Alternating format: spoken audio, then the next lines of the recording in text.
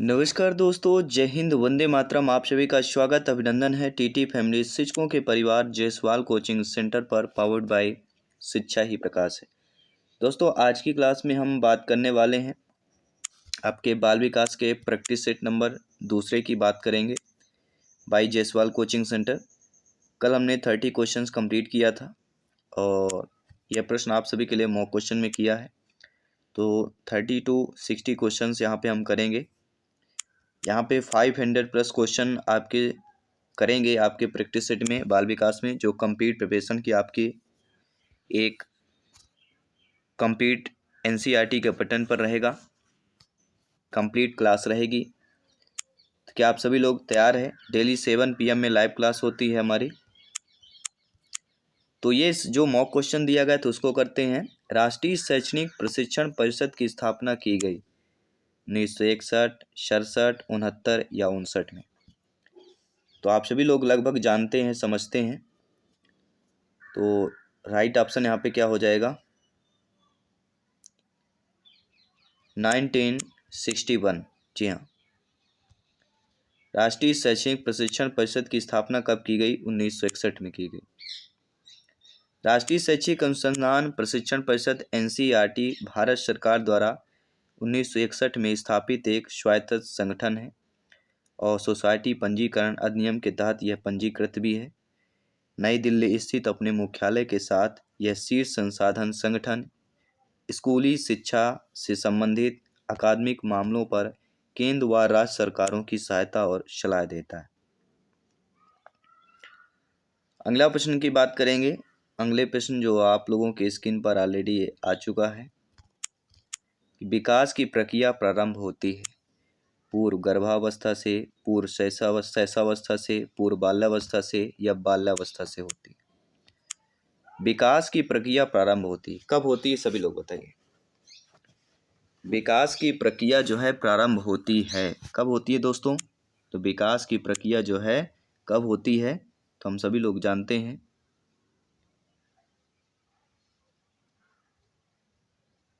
According two questions right option क्या हो जाएगा? तो विकास की जो प्रक्रिया है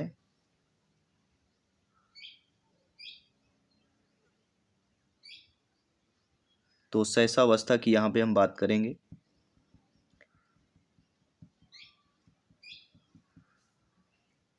क्योंकि विकास की प्रक्रिया पूर्व गर्भावस्था से लेके जीवन पर्यंत चलती है, पूर्व गर्भावस्था नहीं।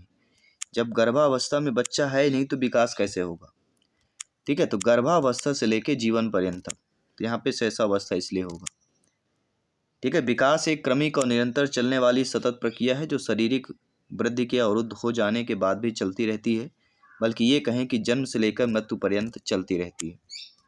तो यहाँ पे पूछा गया प्रक्रिया प्रारंभ की बात करेंगे तो गर्भावस्था से लेकर जीवन पर्यंत तक चलती रहती है। इसके बाद अगला प्रश्न है, मानव विकास को विभिन्न क्षेत्रों में विभाजित किया गया है। शारीरिक, ज्ञानात्मक, धार्मिक, सामाजिक, मनोवैज्ञानिक, ज्ञानात्मक, भावात्मक, शारीरिक, मनोवैज्ञानिक, संज्ञानात्मक, संवेगात्मक, शारीरिक, ज्ञानात्मक, भावात्मक, सामाजिक। सभी बताइए। मेरे प्यारे प्यारे भाइयों की प्यारी प्यारी बहनें, गृहिणी जिनका सपना है टीटी एग्जाम को फतेह करना, जयसवाल सर आप सभी का अभिनंदन स्वागत करते हैं। तो मानव विकास को विभिन्न क्षेत्रों में विभाजित किया गया है और वह आपके क्षेत्र कौन कौन से हैं? तो आप सभी लोग जानते हैं मानव विकास को मनोवैज्ञानिक, संज्ञानात्मक, संवेगात्मक और शारीरिक विकास में जो है विभाजित किया गया है। तो अकॉर्डिंग टू क्वेश्चन जो है यहाँ पे हमारा सी ऑप्शन सही हो जाएगा। नो डाउट सारी चीजें क्लियर हो गई हैं। अगला प्रश्न, उचित चरित्र का विकास शिक्षा का मुख्य उद्देश्य है। निम्नलिखित में से छात्र के चरित्र में सहायक है? जानकारी प्राप्त करना, संतुलित संवेगों का विकास, सीखी हुई बातों को याद करने की क्षमता या सृजनात्मकता के विकास। तो उचित चरित्र का विकास शिक्षा का मुख्य उद्देश्य है। तो इनमें से छात्र के चरित्र में क्या सहायक हो सकता है? वह होगा संतुलित संवेगों का विकास। अकॉर्डिंग टू क्वेश्चंस भी ऑप्शन यहाँ पे सही हो जाएगा। नो डाउट सारी चीजें क्लियर हो गई हैं। आइए बात करते हैं अगले प्रश्न। अगला प्रश्न है, निम्नलिखित में से कौन सा कथन विकास के क्षेत्र से जुड़ा नहीं है? देखिए, विकास जीवन पर्यंत चलने वाली प्रक्रिया है, बिल्कुल सही बात है। शारीरिक परिपक्वता विकास है, विकास में शारीरिक परिपक्वता भी आ जाती है। विकास गुणात्मक भी है, मात्रात्मक भी है, बिल्कुल सही बात है, तीनों सही बातें दी गई हैं। विकास स्वयं केंद्रित होता है, यह गलत है। तो विकास के क्षेत्र में जो जुड़ा हुआ आपका नहीं है वह आपका डी ऑप्शन, ये विकास के क्षेत्र से जुड़ा नहीं है। बाकी देखा जाए तो सारे विकास के क्षेत्र से जुड़े हुए हैं। तो according to question D option यहाँ पे राइट हो जाएगा। आइए बात करते हैं अगले प्रश्न की। मानव विकास की किस अवस्था को तनाव और तूफान की अवस्था कहा जाता है? बाल्यावस्था, पूर्व बाल्यावस्था, किशोरावस्था, प्रौढ़ावस्था। देखिए, बाल्यावस्था का जिक्र होता है तो आप सभी लोग जानते हैं 6 से लेकर 12 वर्ष तक की अवस्था। पूर्व बाल्यावस्था जो होता है वह 9 से 6 होता है और उत्तर बाल्यावस्था 9 से 12 होता है। किशोरावस्था 12 से लेकर 18 वर्ष तक होता है और प्रौढ़ावस्था सभी लोग जानते हैं 18 से 40 या 60 की बात करेंगे। तो तनाव और तूफान की अवस्था किसे कहा जाता है? सभी लोग जानते हैं किशोरावस्था। भटकने की अवस्था भी इसे कहा जाता है। आप भी इस अवस्था से गुजर चुके हैं तो अवश्य भटकने आती हैं। अगले प्रश्न की बात करते हैं। पूर्व बाल्यावस्था से तात्पर्य क्या होता है? रचनात्मकता का विकास, रुचि एवं योग्यता का विकास, सहयोग एवं सहनशीलता के गुणों का विकास या उपरोक्त सभी। तो पूर्व बाल्यावस्था से तात्पर्य क्या होता है? पूर्व बाल्यावस्था मतलब सभी लोग जान गए होंगे 6 से लेकर 9 वर्ष तक की अवस्था।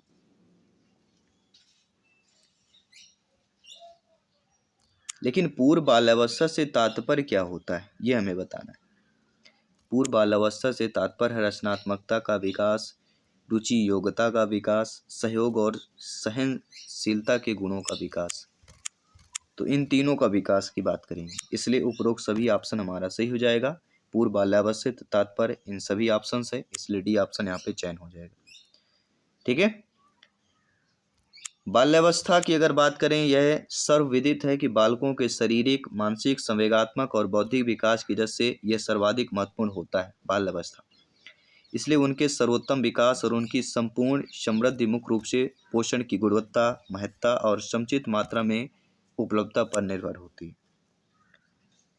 अगला प्रश्न है दोस्तों, एक समान 12 साल का बच्चा साधारणतः सामना करता है शारीरिक गतिविधियों में सामंजस्य की समस्या का, बड़ों को खुश करने की चिंता का, हम उम्र के सहमति का या हर जगह अपनी रुचि दिखाने का। तो एक समान 12 साल का बच्चा साधारणतः जो है सामना करता है, किससे सामना करता है? तो हम बात करेंगे आपके बड़ों को खुश करने की चिंता।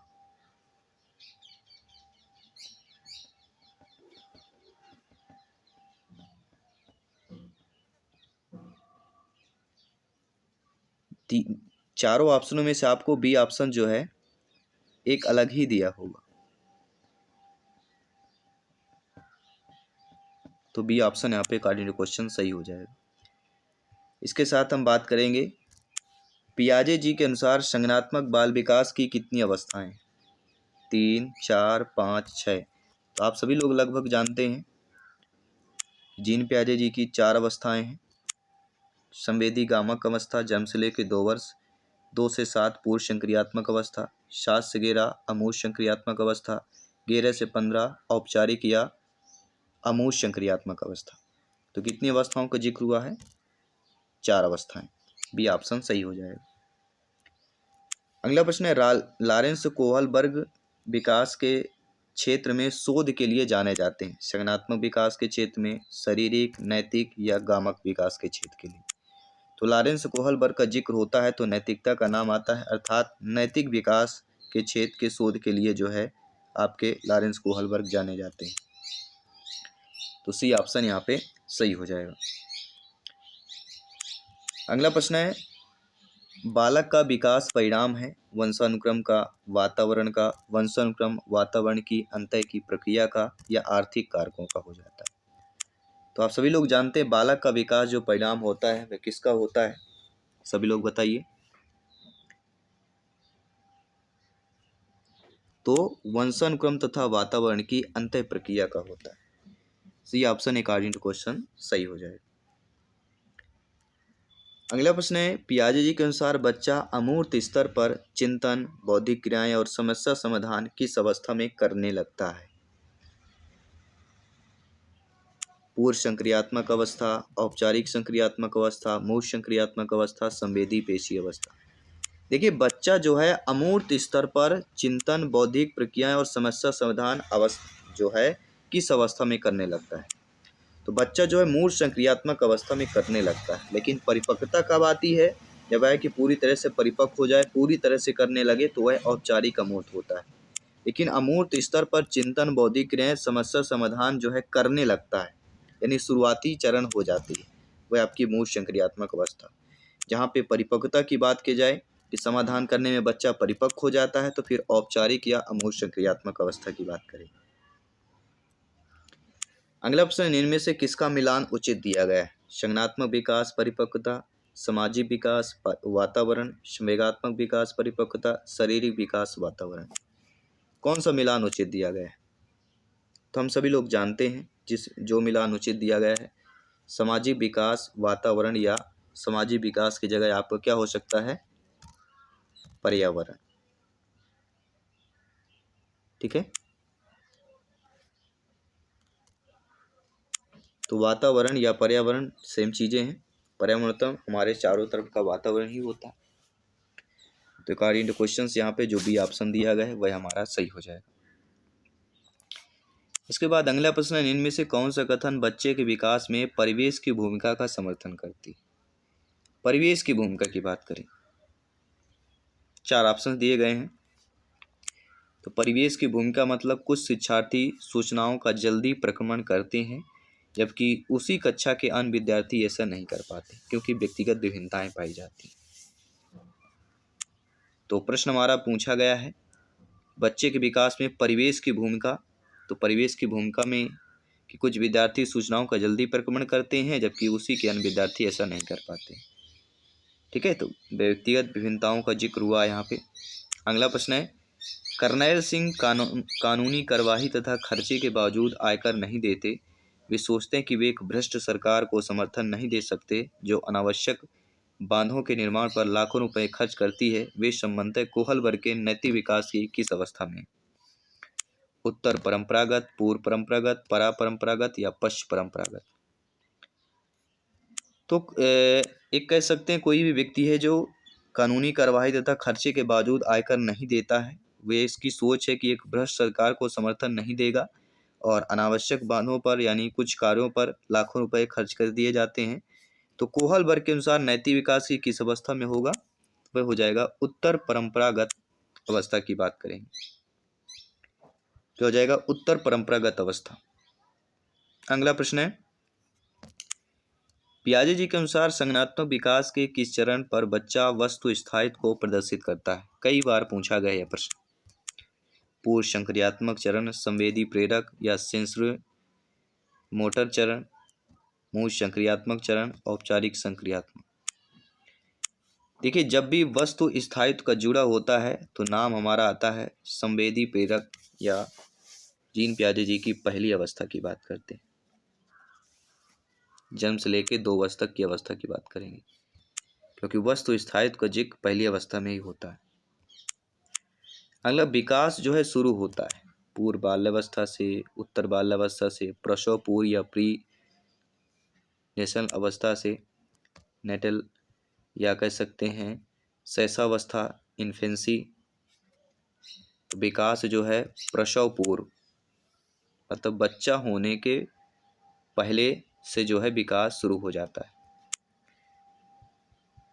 तो प्रसव पूर्व अवस्था बिल्कुल सही, अकॉर्डिंग टू क्वेश्चन हमारा सही हो जाएगा। अगला प्रश्न है, कोलबर्ग के अनुसार सही और गलत के प्रश्न के बारे में निर्णय लेने में शामिल चिंतन प्रक्रिया को क्या कहा जाता है? नैतिक दुविधा, सहयोग की नैतिकता, नैतिक तर्कण या नैतिक यथार्थवाद। सभी लोग कमेंट कीजिए। कोहलबर्ग के अनुसार सही और गलत के प्रश्न के बारे में निर्णय लेने में जो शामिल चिंतन प्रक्रिया है उसको ही क्या कहा जाता है? कोहलबर्ग का नाम आएगा मतलब नैतिकता की बात, नैतिक शब्द तो जरूर आएगा। ठीक है। तो नैतिक दुविधा, जी हाँ, चिंतन प्रक्रिया की बात करेंगे तो कोलबर्ग के अनुसार सही और गलत के प्रश्न के बारे में निर्णय लेने में शामिल चिंतन प्रक्रिया को नैतिक दुविधा कहा जाता है। तो अकॉर्डिंग टू क्वेश्चंस पहला ऑप्शन हमारा सही हो जाएगा। अगला प्रश्न है, निम्नलिखित में से किसके अतिरिक्त सभी वातावरणीय कारक विकास को आकार देते हैं? पौष्टिकता की गुणवत्ता, शारीरिक गठन, संस्कृति या शिक्षा की गुणवत्ता। देखिए सभी लोग जानते हैं शारीरिक गठन के अलावा पौष्टिकता की गुणवत्ता, संस्कृति, शिक्षा की गुणात्मकता, ये तीनों जो है वातावरणीय कारक विकास की ओर आकार देते हैं। तो अकॉर्डिंग टू क्वेश्चंस हमारा किसके अतिरिक्त, शारीरिक गठन के अतिरिक्त, भी ऑप्शन सही हो जाए। देखिए हम सभी लोग जानते हैं मानव विकास को सकारात्मक नकारात्मक दोनों तरह से प्रभावित करते हैं। इन कारकों में भौतिक, आर्थिक, पर्यावरणीय, सामाजिक, सांस्कृतिक, भावनात्मक कारक आदि भी शामिल है। अगला जो प्रश्न है इंटरेस्टेड प्रश्न है कि लॉरेंस कोहलबर्ग द्वारा प्रस्तावित निम्नलिखित चरणों में से प्राथमिक विद्यालयों के बच्चे किन चरणों का अनुसरण करते हैं? तो प्राथमिक विद्यालय के बच्चे जो है आज्ञा पालन और दंड उन्मुखीकरण, व्यक्तित्व और विनिमय, अच्छे अंतः व्यक्तित्व संबंध, सामाजिक अनुबंध और व्यक्तिगत अधिकार की बात करते हैं। आप सभी लोग जानते हैं लॉरेंस कोहलबर्ग द्वारा प्रस्तावित निम्नलिखित चरणों में से प्राथमिक विद्यालय के बच्चे जिन चरणों का अनुसरण करते हैं वह कहलाती है व्यक्तित्वता और विनिमय। बी ऑप्शन यहाँ पे सही हो जाएगा, सेकंड ऑप्शन हमारा सही हो जाएगा। लेकिन इसमें सेकंड ऑप्शन के साथ साथ इसमें जो कूट वाला दिया गया है,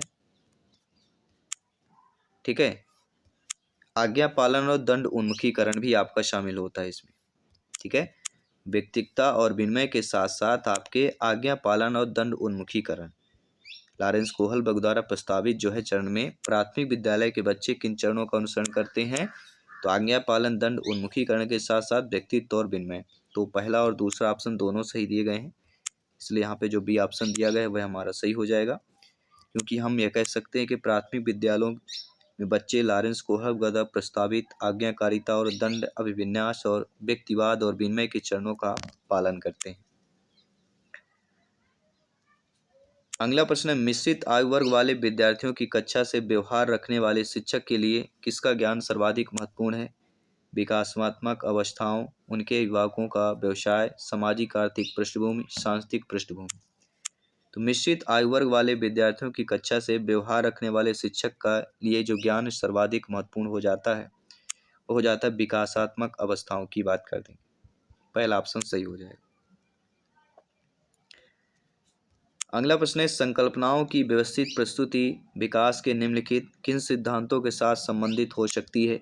विकास सापेक्ष रूप से क्रमिक होता है, विकास के परिणाम स्वरूप वृद्धि होती है, विकास विषम जातीयता से स्वायत्तता की ओर अग्रसर होता है, या विद्यार्थी भिन्न दरों पर जो है विकसित होते हैं। तो संकल्पनाओं की व्यवस्थित प्रस्तुति विकास के जिन सिद्धांतों के साथ संबंधित होती है वह आपके कहलाते हैं विकास सापेक्ष रूप से क्रमिक होता है। सभी लोग जानते हैं विकास सापेक्ष रूप से क्रमिक ही होता है।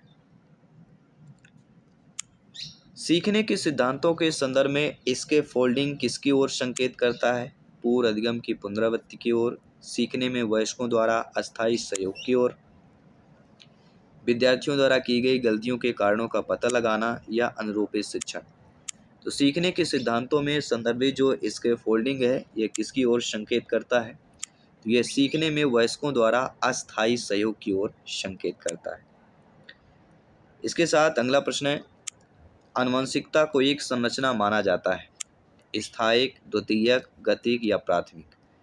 तो हम सभी लोग जानते हैं आनुवंशिकता को एक जो संरचना माना जाता है वह एक स्थायिक संरचना माना जाता है।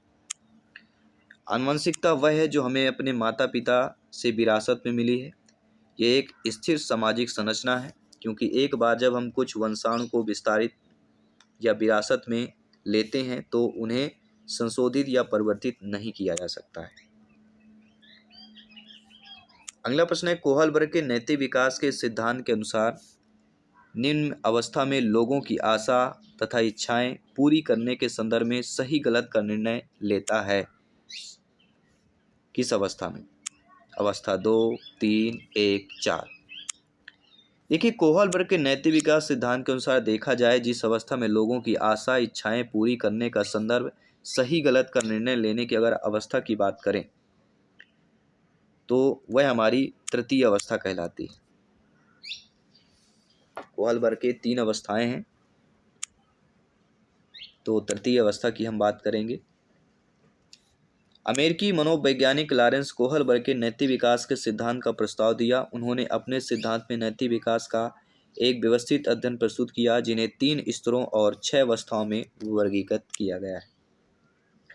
कोहलबर्ग के नैतिक विकास के सिद्धांत के अनुसार अवस्था 3 में लोगों की आशा तथा इच्छाएं पूरी करने के संदर्भ में एक व्यक्ति सही या गलत निर्णय लेता है। कोहलबर्ग का मानना था कि अवस्था 3 या अच्छा लड़का लड़की अभिविन्यास परंपरागत नैतिकता को इंगित करता है, क्योंकि इस अवस्था के दौरान बच्चे के नैतिक व्यवहार का कारण स्वीकृति प्राप्त करना और दूसरे द्वारा निंदा से बचना। सारी चीजें क्लियर हो गई। अगले प्रश्न की बात करें। विशेष अवधि के दौरान विकास प्रगति करता है, लेकिन इस अवधि में समायोजन के लिए विराम करता है। यह विकास के निम्नलिखित किस नियम को जो है अनुसरित करता है? समन्वय का सिद्धांत, निरंतरता का, चक्राकार प्रगति का, या समान प्रतिमान के सिद्धांत की बात करेंगे। सभी लोग बताइए। देखिए, विशेष अवधि के दौरान विकास प्रगति करता है, लेकिन इस अवधि में समायोजन के लिए विराम करता है। तो यह विकास के जिस नियम को अनुसरित करता है वह समान प्रतिमान के सिद्धांत की बात करेंगे। डी ऑप्शन सही हो जाएगा। अगला प्रश्न है, कोहलबर्ग के नैतिक विकास के सिद्धांत एवं उसकी विभिन्न स्तरों के अनुसार निम्न में से कौन सा सोपान उनके द्वारा प्रतिपादित नहीं है? तो हम सभी लोग जानते हैं उनके द्वारा व्यक्तित्व विनिमय अभिमुखता, परस्पर एकरूपता और सामाजिक अनुबंध विधि सम्मत अभिमुखता, तीनों में अभिमुखता दिया गया है, लेकिन आत्म केंद्रित निर्णय एक अलग ऑप्शन दिया गया है। तीनों में देखिए अभिमुखता अभिमुखता अभिमुखता, लेकिन इसमें नहीं दिया गया है। इस तरह से हम पहचान सकते हैं। तो अकॉर्डिंग टू क्वेश्चन हमारा जो है तीसरा ऑप्शन सही हो जाएगा। जो है आत्म केंद्रित निर्णय का सोपान जो है कोहलबर्ग के नैतिक विकास में उसके विभिन्न स्तरों पर बात नहीं की गई है। थॉर्नडाइक का सिद्धांत किस रूप में जाना जाता है? व्यवहारवाद, व्यवहारिकता, संयोजनवाद या संरचनावाद? तो थॉर्नडाइक का सिद्धांत किस रूप में जाना जाता है? सभी लोग बताइए। तो थॉर्नडाइक के सिद्धांत की जब भी बात की जाती है तो संयोजनवाद का नाम आता है, यानी कि according to question C option हमारा सही हो जाएगा। अगला प्रश्न है, शिक्षा को बाल केंद्रित शिक्षा माना जाता है जब बालक के व्यक्तित्व का संपूर्ण विकास होता है, बालक की मांग, रुचि और वृत्ति की प्राथमिकता होती है, शिक्षक के स्वयं के महत्व को ध्यान में रखा जाता है, या पाठ्यक्रम को महत्व दिया जाता है। शिक्षा को बाल केंद्रित शिक्षा माना जाता है। कब माना जाता है? जब बालक की मांग, रुचि और अभिव्यक्तियों की प्राथमिकता होती है। तो बालक की बात कही जाएगी, उसकी मांग, रुचि और अभिव्यक्ति की बात की जाए, उसकी प्राथमिकता की बात की जाए, तब भी बाल केंद्रित शिक्षा माना जाएगा। अगला प्रश्न है, फ्रायड की विकास अवस्थाओं के अनुसार किस अवस्था को प्रारंभिक विद्यालय आयु समझा जाता है? मुखावस्था, सुप्तावस्था, अव्यक्तावस्था या गुदावस्था? तो फ्रायड के विकास अवस्था के अनुसार जिस अवस्था, तो यहाँ पे दोस्तों हमारा राइट ऑप्शन हो जाएगा अव्यक्ता अवस्था। हम सभी लोग जानते हैं मनोवैज्ञानिकों के 5 चरणों के प्रस्ताव है, जिसमें मुखावस्था, गुदावस्था, सहसावस्था, अव्यक्तावस्था और जननांग चरण शामिल है। फ्रायड के विकास की अवस्थाओं के अनुसार अव्यक्तावस्था को प्राथमिक विद्यालय समझा जाता है, क्योंकि इस चरण के दौरान यौन ऊर्जा को शैक्षिक, खेल और सामाजिक गतिविधियों की ओर ले जाया जाता है। इसे विपरीत लिंग में कोई रुचि नहीं होती। तो अव्यक्तावस्था की बात करेंगे। तो नो डाउट सारी चीज़ें क्लियर हो गई हैं। आइए बात करते हैं अगले प्रश्न की। कोहलबर्ग के अनुसार सही और गलत के प्रश्न के बारे में निर्णय लेने में शामिल चिंतन प्रक्रिया को क्या कहा जाता है? नैतिक यथार्थवाद, नैतिक दुविधा, सहयोग की नैतिकता या नैतिक क्रिया? तो कोहलबर्ग के अनुसार सही और गलत के प्रश्न के बारे में निर्णय लेने में शामिल चिंतन जो प्रक्रिया है उसको क्या कहा जाता है? उसको कहा जाता है नैतिक दुविधा। और ये प्रश्न हम ऑलरेडी कर चुके हैं। अगला प्रश्न है, वंशानुक्रम तथा वातावरण के संबंध का व्यक्ति की वृद्धि पर प्रभाव निम्न में से किसके अनुसार होता है? वंशानुक्रम व्यक्ति को प्रभावित करता है, वातावरण व्यक्ति को प्रभावित करता है, वंशानुक्रम धन वातावरण व्यक्ति को प्रभावित करता है, या वंशानुक्रम गुणे वातावरण व्यक्ति को प्रभावित करता है? कौन सा ऑप्शन सही होगा वंशानुक्रम वातावरण के संबंध में? यह आपको कमेंट करके बताना है। यह आप सभी के लिए मॉक क्वेश्चन के रूप में प्रश्न दिया गया है। साथ साथ 30 में से आपने कितने स्कोर प्राप्त किया ये भी आपको कमेंट बॉक्स में अवश्य करना है। मैं मिलता हूँ आपके साथ जयसवाल सर अगले 7 PM में लाइव क्लास के माध्यम से। सभी मित्रों को जय हिंद, वंदे मातरम, धन्यवाद सभी का।